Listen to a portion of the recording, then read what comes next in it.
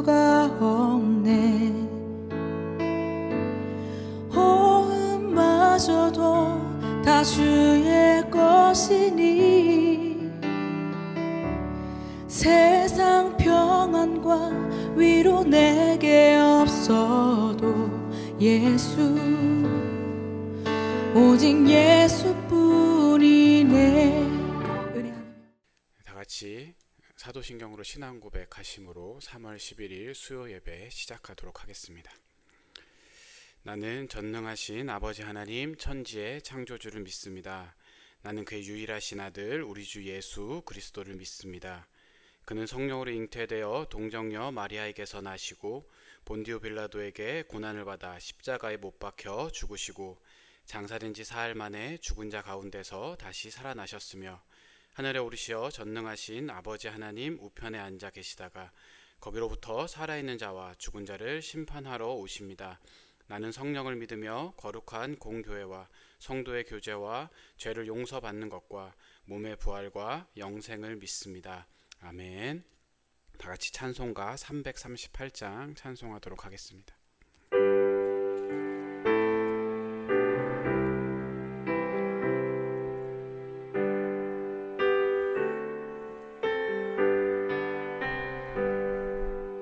내 주를 가까이 하게 함은 십자가 짐 같은 고생이나 내 일생 소원은 늘 찬송하면서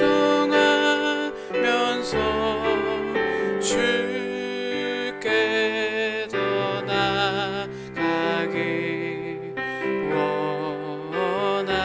원합니다. 내 고생하는 것 옛 야곱이 돌베개 베고자 갔습니다. 금에도 소원이 늘 찬송하면서 주께 더 나아가기 원합니다. 천성에 가는 길 험하여도 생명길 내나니 은혜로다. 천사나 부르니 늘 찬송하면서 주께 더 나아가기 원합니다. 야곱이 잠 깨어 일어나는 돌단을 쌓은 것 본받아서 숨질 때 되도록 늘 찬송하면서 주께 더 나아가기 원합니다.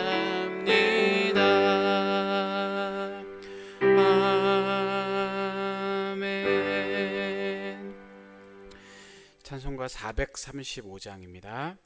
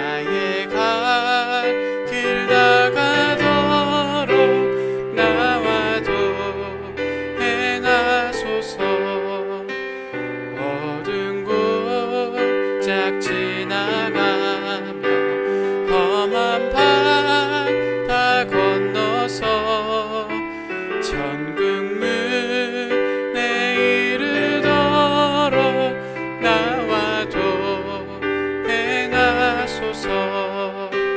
주께로 가까이 주께로 가오니 나의 갈 길 나가도록 나와도 행하소서. 아멘. 오늘 주시는 하나님의 말씀은 역대상 말씀입니다. 역대상 21장 1절부터 8절까지 말씀입니다.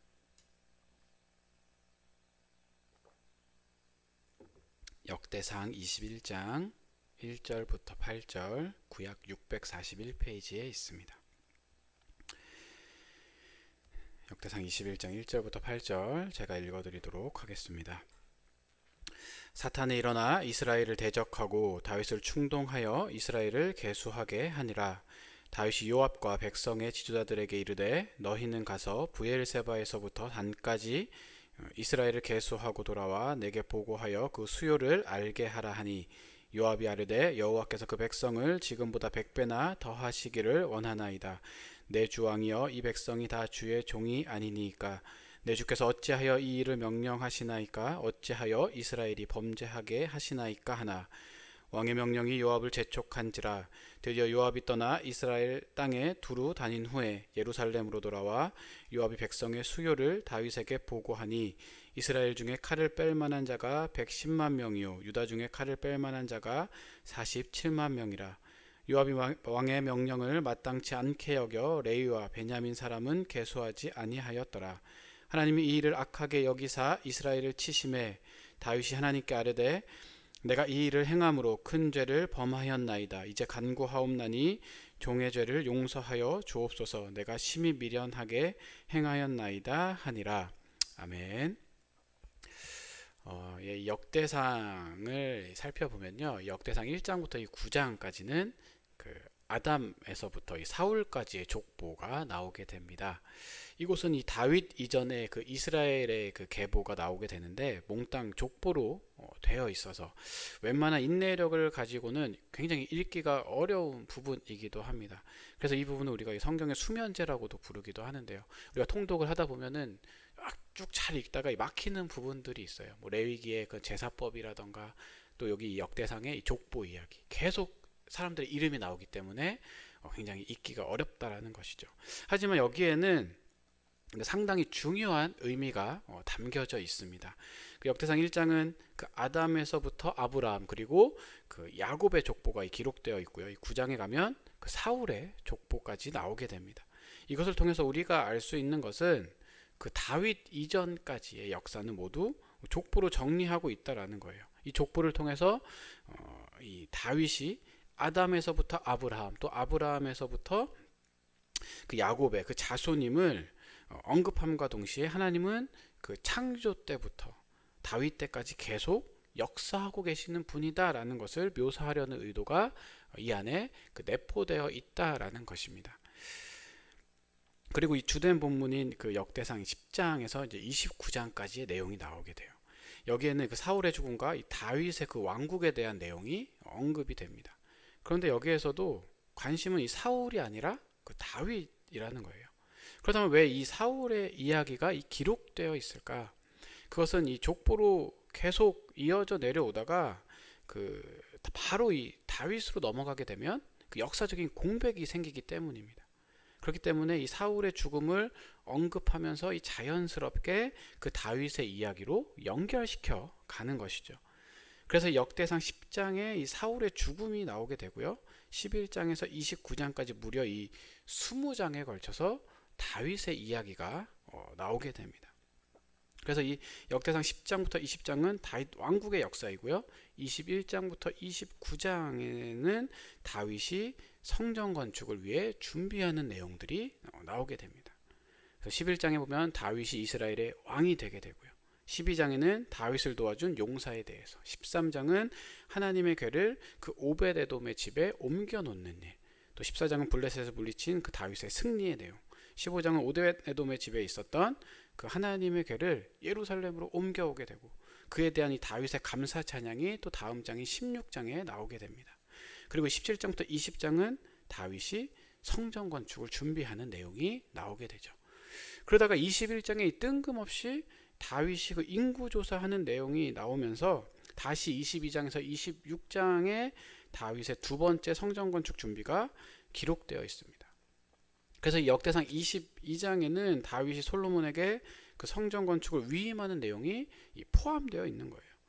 성전 건축을 위해서 이렇게 두 번이나 걸쳐서 준비했을 만큼 굉장히 열심이었던 다윗이 왜 직접 성전 건축을 하지 않고 아들 솔로몬에게 위임을 했을까요?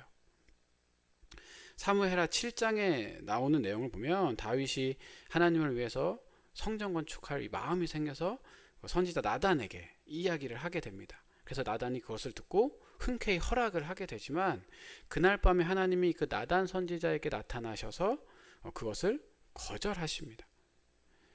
이 사무엘하 7장에는 그 이유가 언급되어 있지는 않아요. 그런데 여기에서는 그 거절의 이유가 소개됩니다. 역대상 22장 8절에 이렇게 말씀을 해요. 여호와의 말씀이 내게 임하여 이르시되 너는 피를 심히 많이 흘렸고 크게 전쟁하였느니라. 내가 내 앞에서 땅에 피를 많이 흘렸은즉 내 이름을 위하여 성전을 건축하지 못하리라. 이 이유가 다윗이 전쟁을 하면서 피를 너무나도 많이 흘렸기 때문이라고 이야기를 합니다. 이것은 사무엘서에는 언급되어 있지 않는 내용이에요. 23장은 그리고 레위인들의 여러 부서와 직책에 대해서 소개를 하고요. 24장은 성전의 음악가들을 임명하는 내용이 나옵니다. 그러니까 뭐 오늘날로 말하면 그 성가대라고 할 수 있는 것이죠. 그리고 26장은 성전 문지기와 성전 곡감 맡은 자들을 임명하고요. 27장에서 29장은 다윗의 마지막 지시로서 이 우두머리와 그 관원들을 임명하고 성전 건축을 위한 마지막 지시들이 나오고 이 성전 건축의 이야기들과 이 다윗의 감사기도 그리고 솔로몬의 이 즉위하는 그 내용들이 나오게 됩니다. 그래서 역대기에 그 언급되어 있고 기록되어 있는 그 다윗의 업적은 그러니까 군사적인 승리들은 거의 다 빠져 있어요. 주로 성전 건축과 관련된 업적에 이 초점이 맞춰져 있습니다.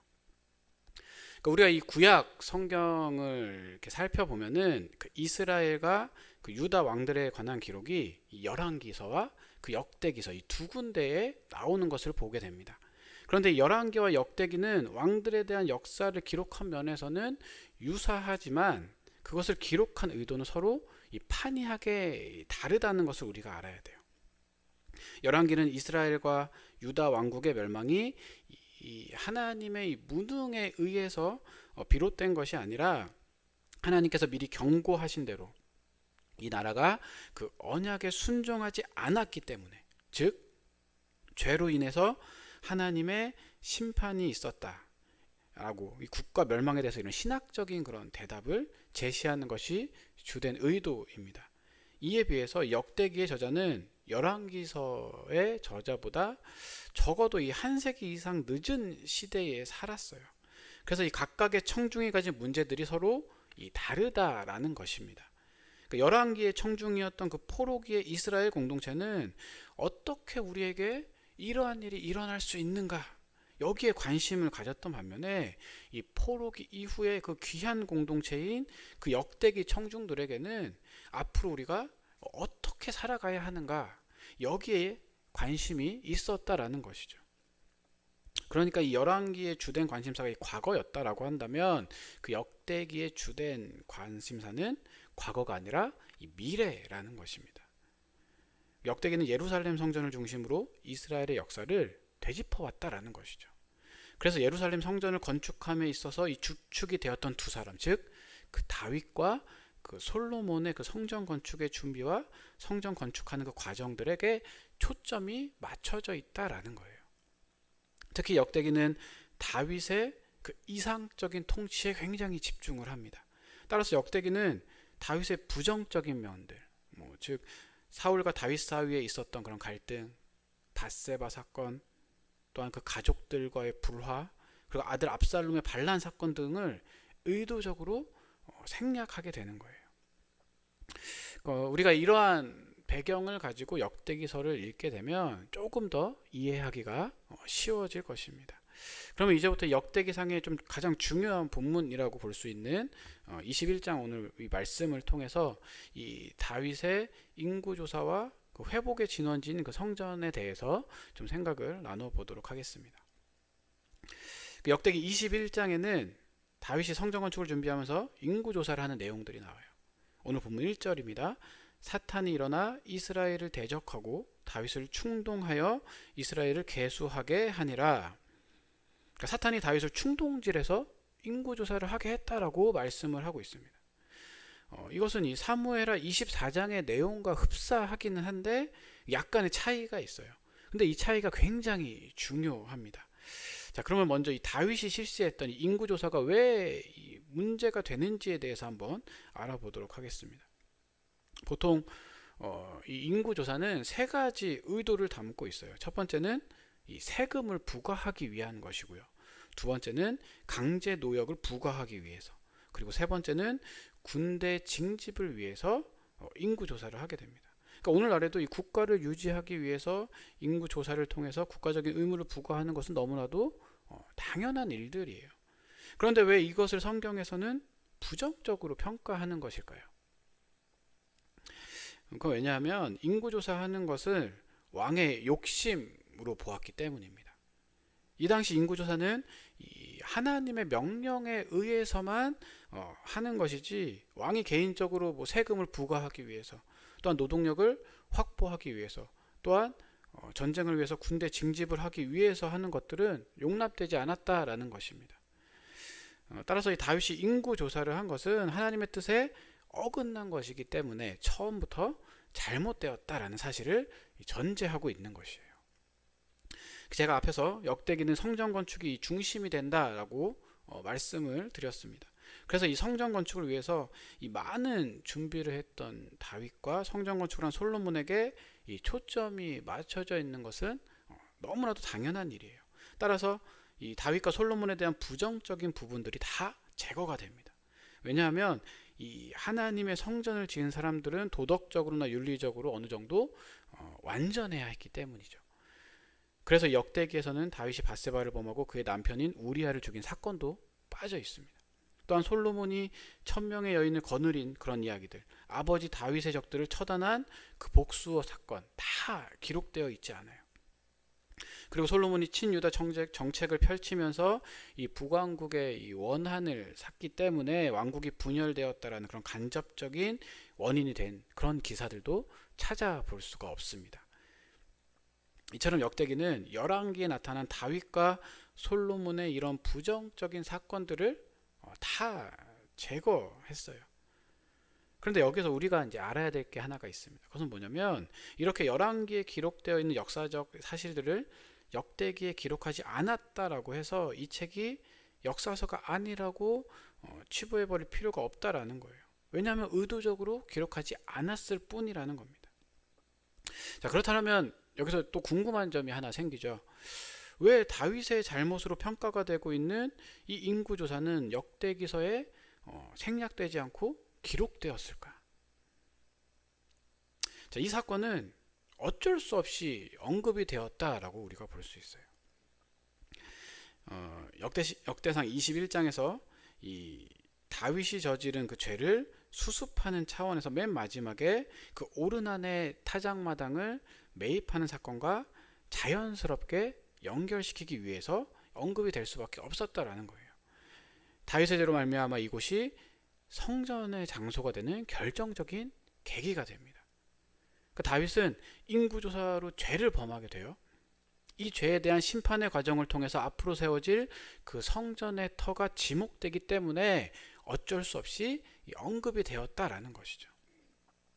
그래서 이 다윗의 인구조사에 대한 다음에 두 가지 기록이 나오는데 이 두 가지 기록이 약간의 차이점이 있습니다. 먼저 우리가 오늘 읽었던 이 다윗 오늘 본문 역대상 21장 1절은 이렇게 말씀을 해요. 사탄이 일어나 이스라엘을 대적하고 다윗을 충동하여 이스라엘을 계수하게 하니라. 이 같은 사건이 나와 있는 그 사무엘하 24장 1절은 이렇게 말씀을 합니다. 여호와께서 다시 이스라엘을 향하여 진노하사 그들을 치시려고 다윗을 격동시키사 가서 이스라엘과 유다의 인구를 조사하라 하신지라. 자, 이렇게 서류를 비교해서 보니까 분명한 차이점이 보이시죠? 사무엘서에서는 하나님이 다윗을 격동해서 인구조사를 하게 했다라고 언급이 됩니다. 하지만 역대기에서는 다윗의 마음을 움직인 것이 사탄이라고 얘기를 하고 있어요. 자, 그렇다면 우리는 이것을 어떻게 이해를 해야 될까요?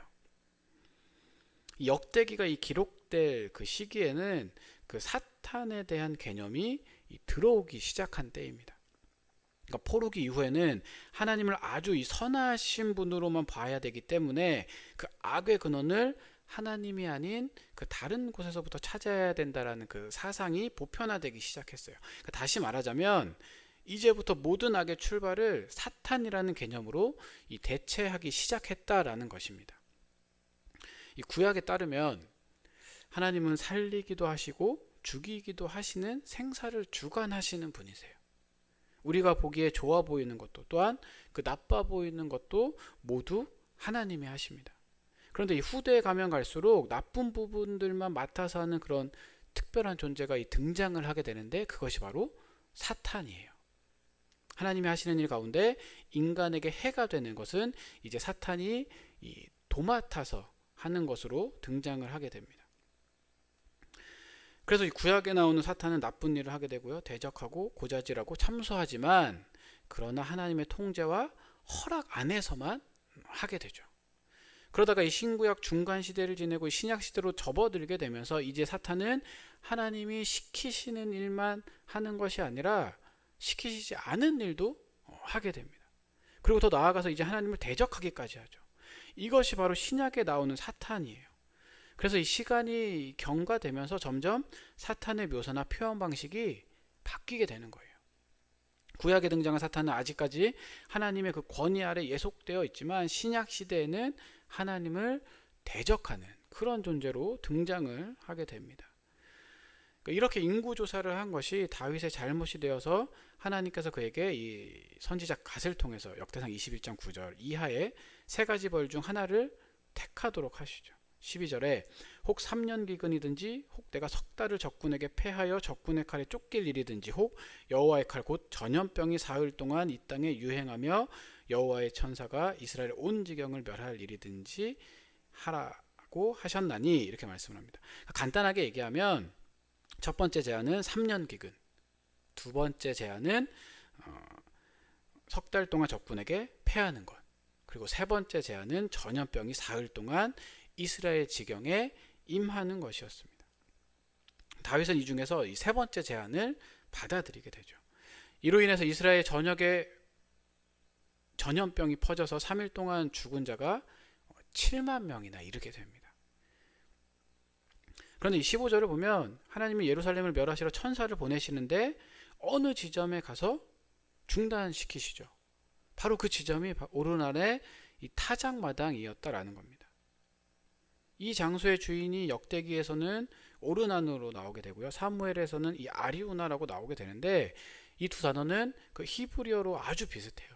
따라서 약간 다르게 표현되었지만 동일한 사람으로 보시면 됩니다.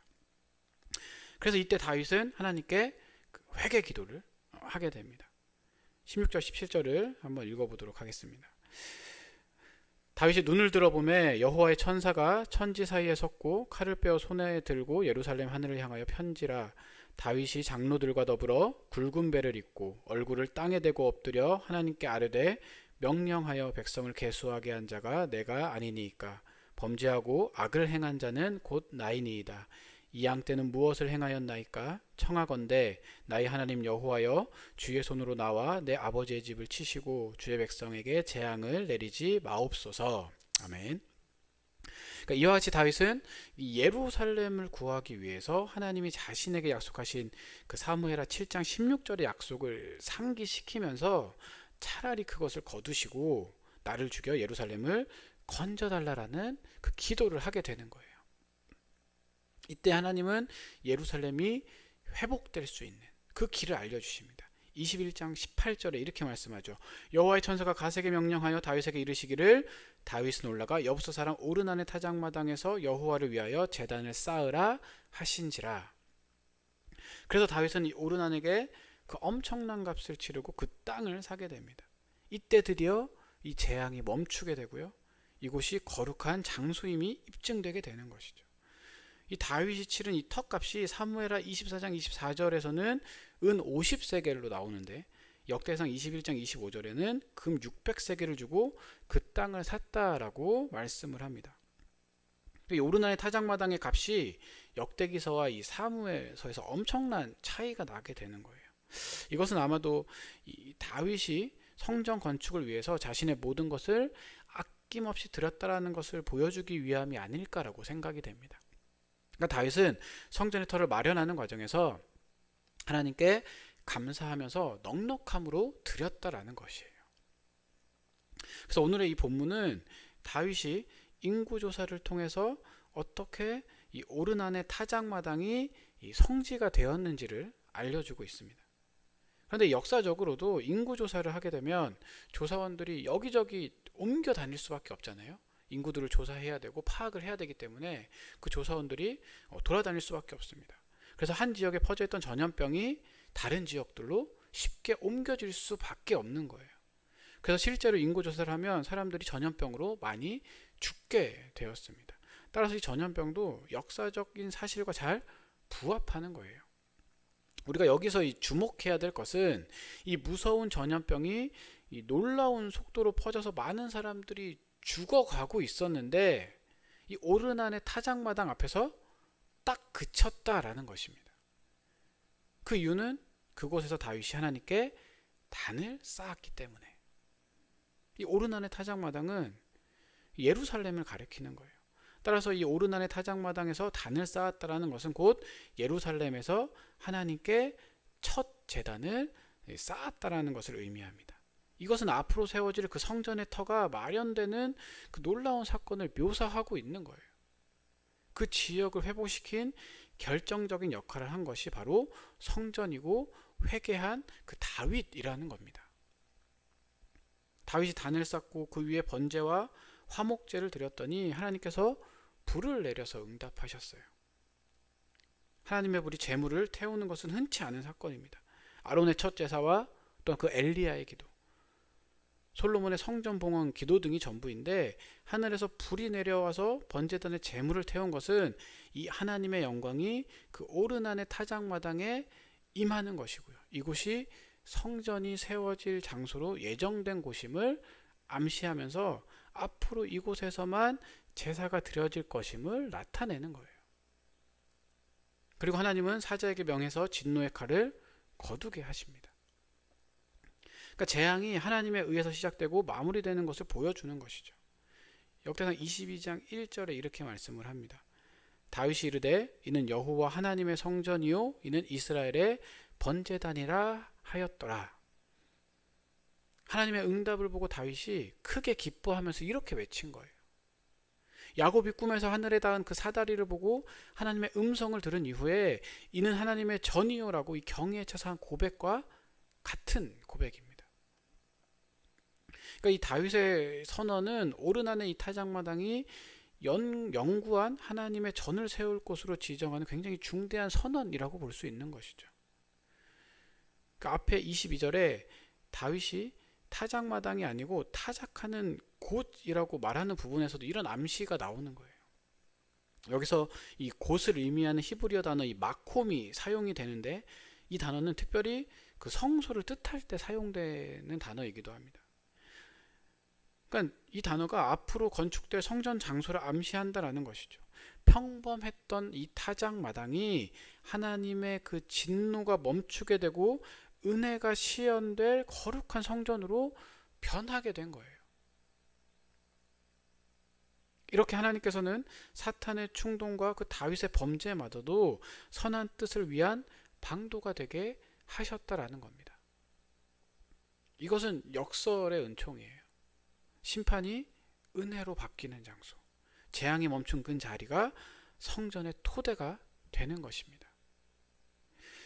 우리도 지금 힘들고 어려운 상황들 가운데 있습니다.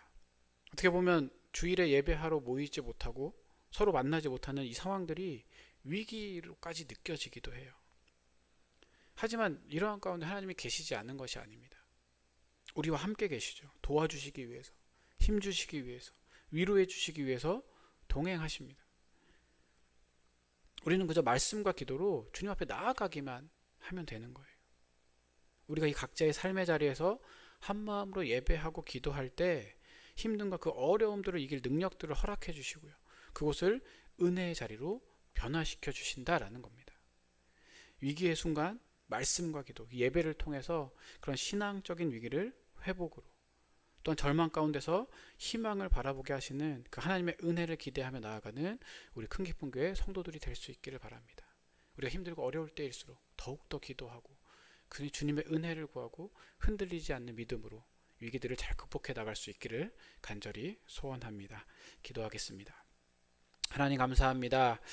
하나님의 은혜로 또 오늘 예배하게 하시고 주의 말씀을 듣게 하심을 감사드립니다. 다윗을 통해서 주님께서 성전을 준비하시고 변화되게 하셨습니다. 우리가 힘들고 어려운 이 상황 가운데서 더욱더 예배하며 회개하고 주 앞에 나아감으로 인하여서 주님의 은혜를 경험하고 변화되는 삶과 변화되는 모습들을 우리가 경험할 수 있도록 인도하여 주시옵소서. 너무나도 어렵고 힘든 상황들입니다. 주님만을 의지하며 나아가는 우리 그리스도인들 될 수 있도록 도와주시며 우리가 예배가 멈추지 않도록 하여 주시고 각자의 삶의 자리에서 더욱더 주님을 바라보며 예배하는 우리 성도들 될 수 있도록 인도하여 주시옵소서. 감사드리며 예수님의 이름으로 기도드립니다. 아멘.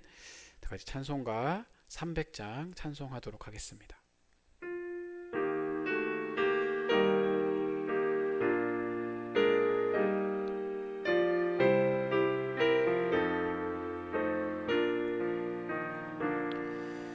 내 맘이 낙심되며 근심에 눌릴 때 주께서 내게 오사 위로해 주시네. 가는 길 캄캄하고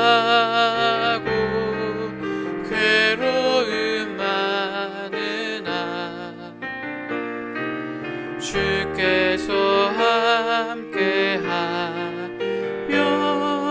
내 짐을 지시네.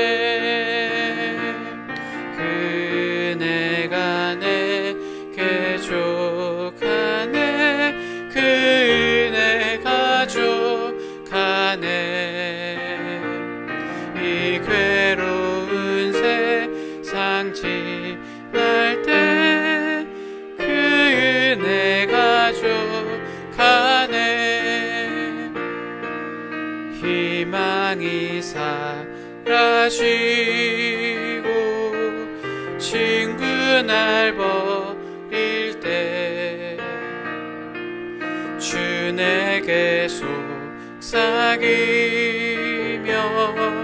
새 희망 주시네. 싸움이 맹렬하고 두려웠던 때에 주님의 능력이 원수를 이기네. 은혜가 내게 족하네. 그 은혜가 족하네. 이 괴로운 세상 지날 때 그 은혜가 족하네. 번민이 가득 차고 눈물이 흐를 때 주 나의 곁에 오사 위로해 주시네. 환난이 닥쳐올 닥쳐와서 어려움 당할 때 주님의 능력이 원수를 이기네. 그 은혜가 내게 족하네. 그 은혜가 족하네. 이 괴로운 세상 지날 때 그 은혜가 족하네. 다같이 오늘 주신 말씀을 기억하면서 통성으로 기도하겠습니다. 하나님 감사합니다. 아버지의 은혜로 오늘 수요 주님 앞에 예배하게 하시고 말씀을 듣게 하시며 기도하게 하심을 감사드립니다. 하나님, 오늘도 힘들고 어려운 상황 가운데에 있습니다. 하지만 주님께서 주시는 말씀과 아버지 그 마음으로 믿음으로 흔들리지 않는 믿음으로 위기를 자꾸 극복해나가기 원합니다. 주여 더욱더 기도하게 하시고 말씀을 보게 하시며 예배하게 하여 주시옵소서. 이 각자의 삶의 자리에서 주님을 만날 수 있도록 삶이 예배가 될 수 있도록 아버지 인도하여 주시며 우리가 한마음 한뜻으로 예배하며 기도함으로 인하여서 이 어려움과 위기를 자꾸 극복해 나갈 수 있도록 주 역사하여 주시옵소서. 아버지 하나님, 다윗이 주 앞에 예배하며 회개했을 때에 그 저주가 멈추고 아버지 그 심판의 자리가 은혜의 자리로 변화되었음을 우리가 바라봅니다. 아버지 하나님, 더욱더 회개하며 기도하게 하여 주시옵소서. 우리가 주님께서 주시는 마음으로 순종하며 나아갈 때에 주님 주신 은혜를 경험하게 하시고 아버지 하나님, 축복의 은혜가 넘칠 수 있도록 저 역사하여 주시옵소서. 아버지 하나님이여, 더욱더 어렵고 힘든 상황 가운데서도 주님 동행하시는 그 위로를 바라보며 주님 주신 은혜를 바라보며 나아가기 원합니다. 아버지, 우리가 두렵고 힘듦으로 나아가는 것이 아니라 주님 주시는 평안의 마음으로 아버지 위기를 자꾸 극복해 나갈 수 있도록 도와주시고 아버지 하나님, 근심과 어려움으로 나아가는 것이 아니라 아버지 평안의 마음으로 주님 주시는 마음으로 나아갈 수 있도록 역사해 주시옵소서. 우리가 더욱더 주님을 의지하며 나아가기 원합니다. 아버지 도와주시고 은혜 내려주시며 아버지께서 함께 하셨을 때에 더 큰 은혜와 능력으로 우리가 모든 것들을 자꾸 극복하며 나아갈 수 있도록 승리하며 삶을 살아감을 아버지 고백하며 나아갈 수 있도록 아버지 인도해 주시고 역사해 주시옵소서. 아버지, 우리가 더욱더 각자의 삶의 자리에서 주님을 경험하며 나아가기 원합니다. 주님께서 동행해 주시며 위로해 주시고 하나님 함께 해주셔서 주님의 은혜를 풍성하게 드리는 우리 필립교회 성도들 될 수 있도록 주 역사해 주시고 인도하여 주시옵소서. 주님 하나님 감사합니다. 아버지 하나님, 아버지 코로나로 인하여서 너무 힘들고 어려운 상황 가운데서도 모이지 못하고 함께 예배하지 못하는 힘든 상황 가운데서도 우리가 각자의 삶의 자리에서 예배하며 나아갑니다. 주님 은혜를 경험하게 하시고 인도해 주시며 주님의 음성을 들려주시옵소서. 우리가 그 말씀에 순종하며 나아갈 때에 아버지 하나님, 더욱더 큰 믿음을 허락하여 주시고 우리가 아버지 주님 주신 기쁨과 평안함으로 하루로 살아갈 수 있도록 주 역사하여 주시옵소서. 하나님께 맡깁니다. 뭐든지 주님만을 의지하며 주님 주시는 말씀에 온전히 순종하며 나아감으로 아버지 승리하는 삶을 살 수 있도록 주님께서 도와주시고, 또한 이 사순절 기간 더욱더 주님의 십자가를 묵상하며 우리가 더욱더 십자가의 삶을 살아갈 수 있도록 인도하여 주시옵소서. 모든 것 주 옆에 맡깁니다. 주님께서 함께 해주시고 인도하여 주시옵소서. 다 같이 주님 가르쳐 주신 기도를 함으로써 예배를 마치도록 하겠습니다. 하늘에 계신 우리 아버지, 아버지의 이름을 거룩하게 하시며 아버지의 나라가 오게 하시며 아버지의 뜻이 하늘에서와 같이 땅에서도 이루어지게 하소서. 오늘 우리에게 일용할 양식을 주시고 우리가 우리에게 잘못한 사람을 용서하여 준 것 같이 우리 죄를 용서하여 주시고 우리를 시험에 빠지지 않게 하시고 악에서 구하소서. 나라와 권능과 영광이 영원히 아버지의 것입니다. 아멘.